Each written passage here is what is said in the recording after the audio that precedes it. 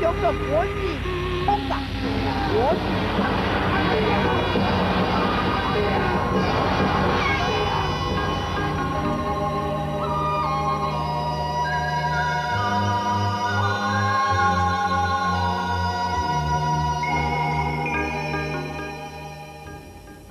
Here in Taiwan, there is another blossom in its flourishing democracy, and her name is Annette Lu. In the Republic of China's 10th direct presidential election, the people of Taiwan achieved a milestone for gender equality in government when they elected their first female vice president. For Lu, the victory comes with years of struggle. She spent 5.5 years in prison on charges of treason. She pioneered the feminist movement. She battled a serious illness, and twice she was almost given away as a child. Through the many personal, social, and political challenges, it has been her perseverance that has helped her go from prison to power.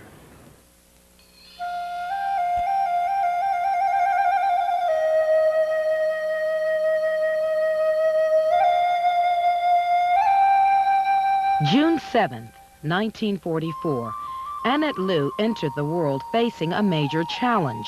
Her obstacle was to escape a cultural tradition that would separate her from her birth family. It was a common practice for the ordinary family to have their young daughters sold out. When I was little, there were twice that I was almost sold out by my parents, simply because the other families were richer than mine. So my parents said, well, maybe our daughter could have better life. But thanks to my brother and sisters' kindness, they prevent me from being adopted. Then my father told my mother, well, this girl belongs to us, so try to educate her as much as possible. Ever since then, they educated me to become not only a good student, but a good speaker. The young girl who was almost adopted out soon became the focus of her family's attention. Her father often read to her, prompting her to excel in her studies. Her mother, who managed the house and helped run the family business, inspired Lu to believe women could have a place in society and the home. My brother was so fond of politics, so he went to attend the campaign rally. He brought me, and he read the newspaper to me with big names like President Roosevelt and Eisenhower, all these names, no matter whether I understood or not. And my brother told me the story of great person. Most of them are men, and most of them are politicians. So I had my ambition to become a great politician when I was just a little girl. I really thank for my brother and sister for their kindness to educate me. After finishing Harvard Law School in 1978, Lu returned home to Taiwan as her country faced the termination of U.S.-Taiwan diplomatic relations. This time marked the start of Annette Lu's battle for gender equality, Taiwanese democracy, and human rights. It would earn her the title of political dissident, as she became a loud voice against the politics of the ruling Kuomintang party. In 1979, she delivered a speech on human rights, now known as the Kaohsiung Incident. She was jailed on charges of sedition and sentenced to 12 years in prison. You were imprisoned. What did you do during that time? I know you kept the struggle in your heart, but how did you retain the zeal to go on?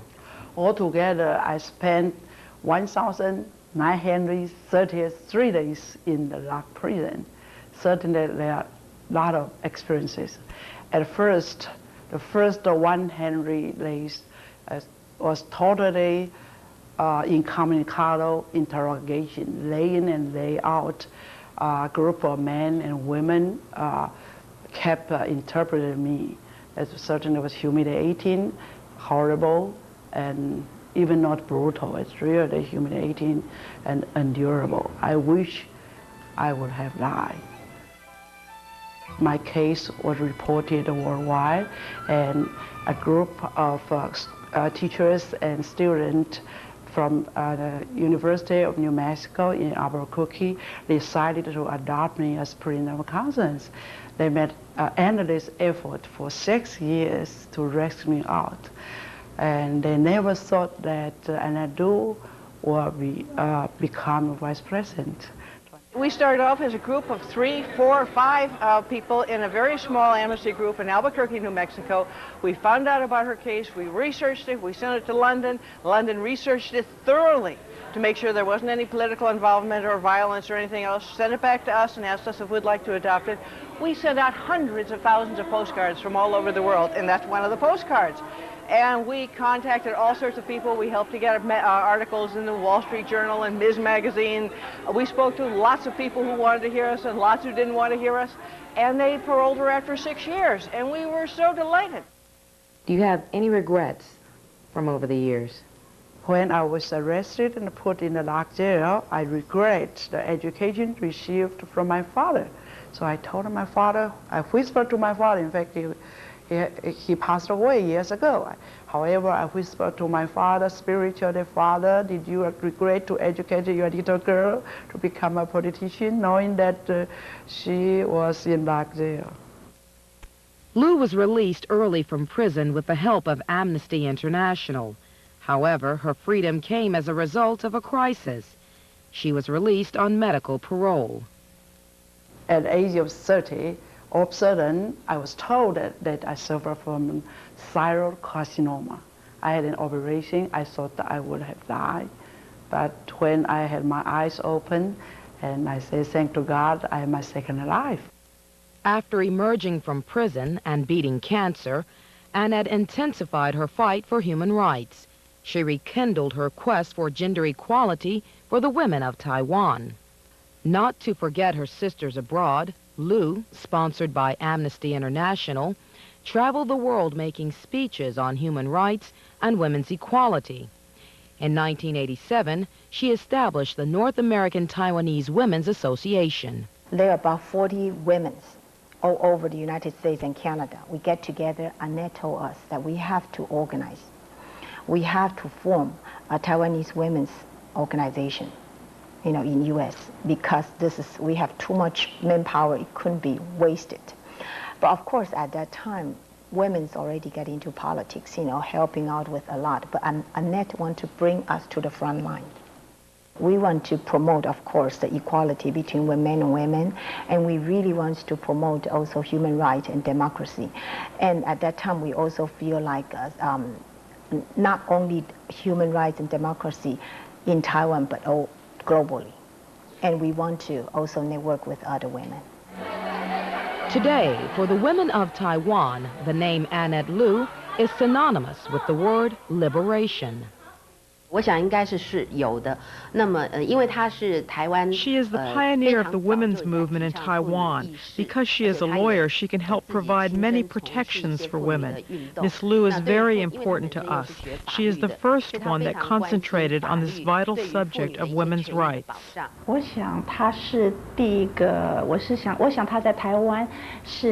Annette Lu is the founder of the feminist movement. She has totally dedicated herself to the welfare and freedoms of women. She always says, when we fix up the kitchen, we should remember to walk out of the kitchen and to do something to fix our society.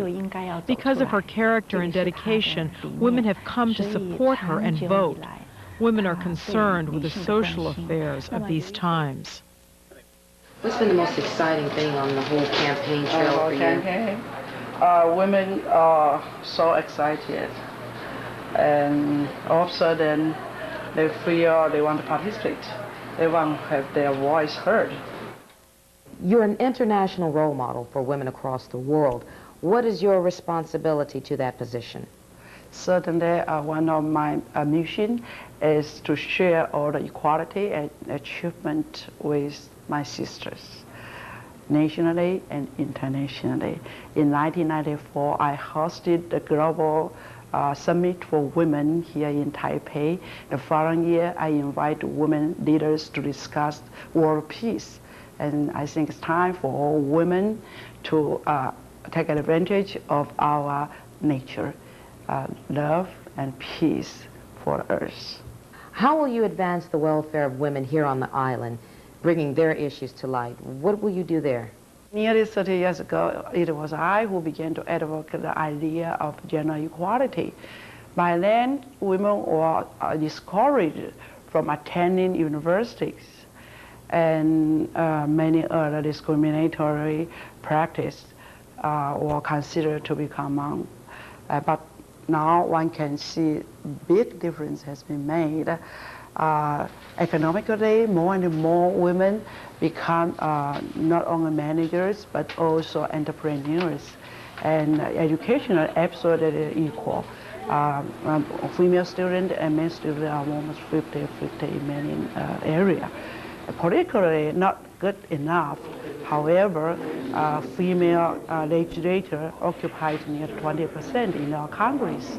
And in the municipal city of Taipei, the capital, women, the city council women occupy over 1/3, and speaker is a woman as well. And I being the founder of this movement, it really to march into the presidential office. So all this indicated that much progress has been made, although not good enough in the area of domestic violence, in the area of safety, personal safety of women. Certainly I'll try my best to help them enjoy freedom and dignity.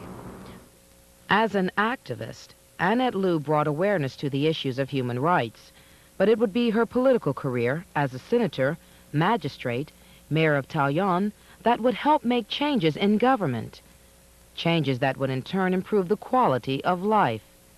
In her official positions, she would lead the battle to clean up corruption in government, namely vote buying. She would lobby for Taiwan's entry into the United Nations and fight for Taiwan's independence from China.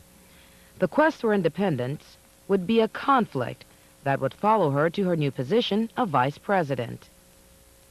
Chen Shui-bian and I will bring to Taiwan a government of people, by the people, and for the people.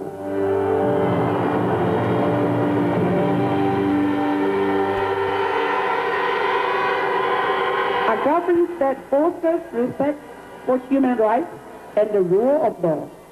A government that is free of corruption and cronyism.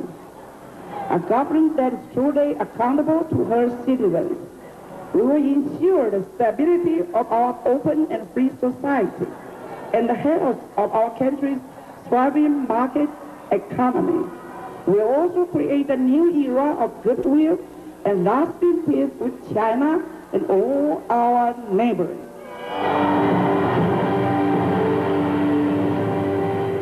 What does this administration consider to be the most pressing problem for Taiwan?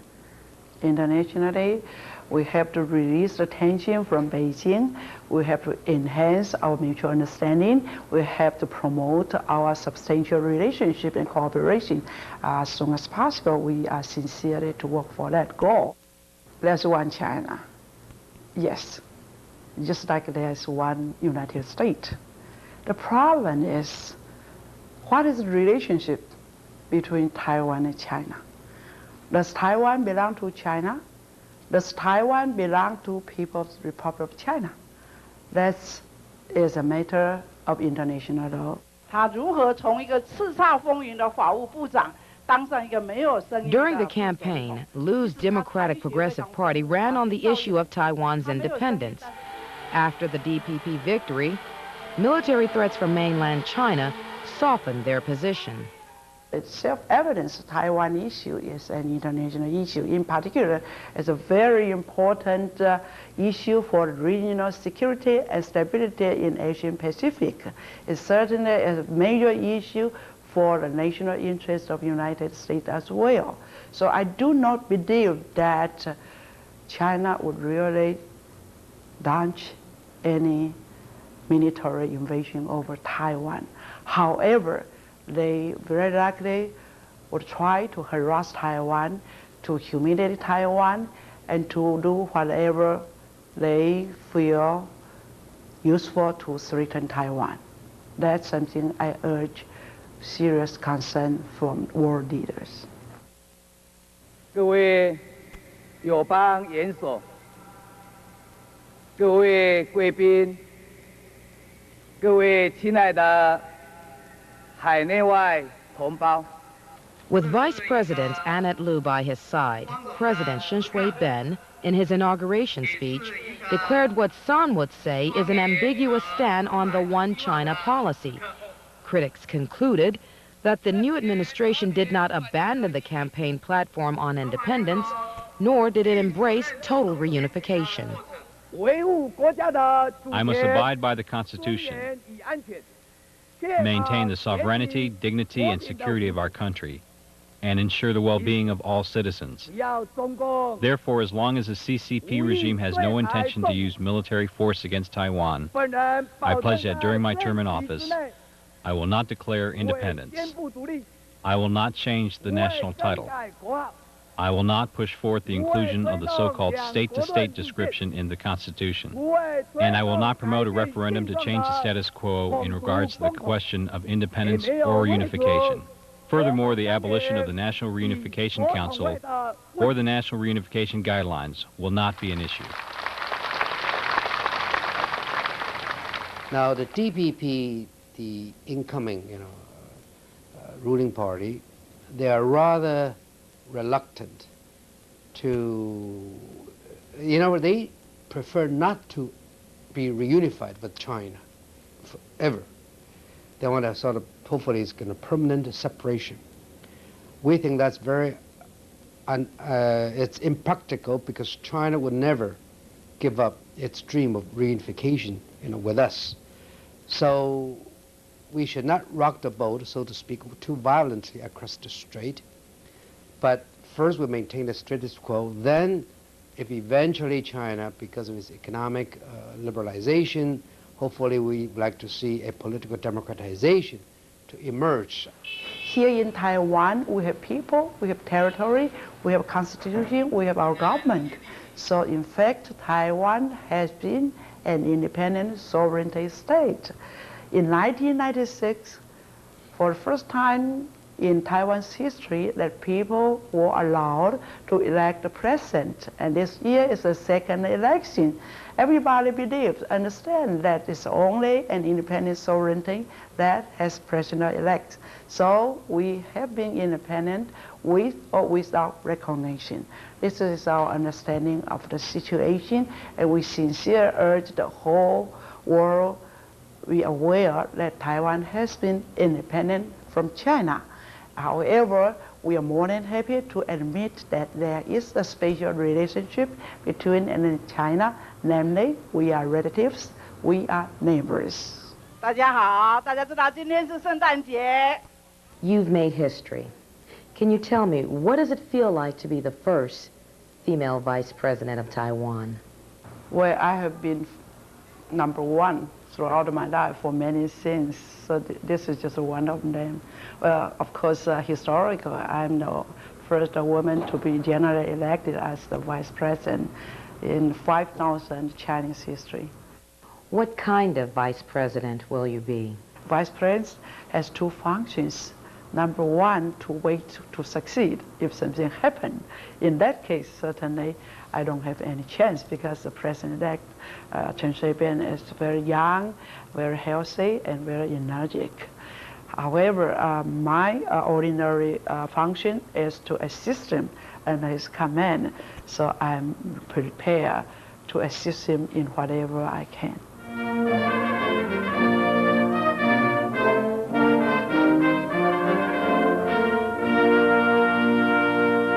I'm so proud to tell you that our President-elect, Chen Shui-bian, is one of most emancipated men.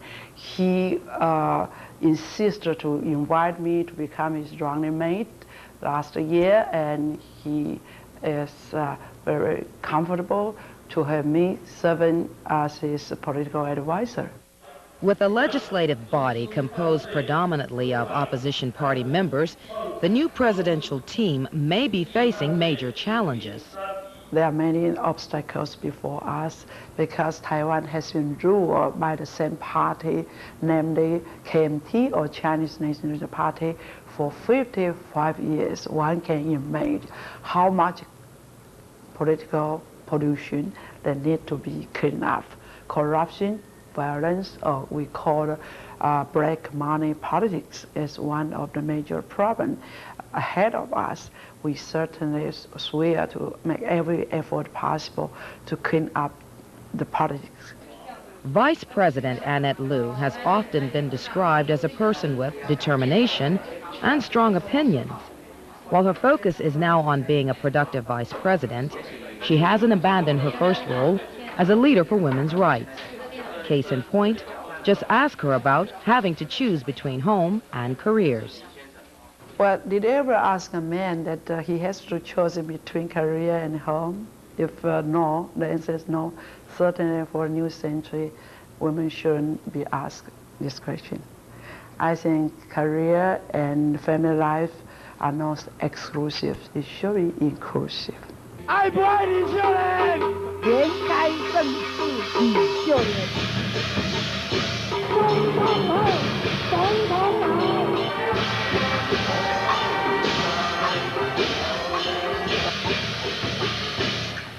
The political victory of Annette Lu establishes the start of a new era of party rotation and combined rule by both men and women in Taiwan. For women of Taiwan and the world, it is a true victory of democracy and gender equality. If you ask Vice President Annette Lu what's her next step, she will simply say, it's the step I've taken throughout life. I will continue to stand for democracy, equality, and freedom. From the Republic of China, I'm Doris Childress. Good night. She is a role model from Taiwan to Taiwan as well, in every kind of the struggle for the woman, the politics, and society changing, and as an international politics as well.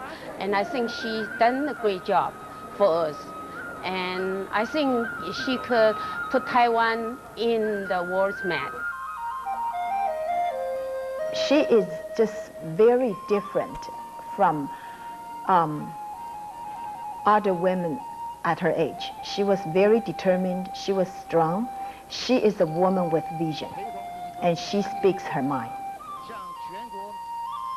For them, the younger generation of today, it means that women can become vice president and even one day the president of our country. There are opportunities as long as you would fight for them. If you're determined, you'll have the opportunity. She just brings that new thought into at that time, very conservative Taiwanese society. She encourages us to become a human being first, and then become a woman. She's a wonderful success story, to go from the maggots and cockroaches and hunger and illness of this prison situation to where she is today. It offers us all hope. You know, it makes us all feel that we really can get out there and just work a little bit harder.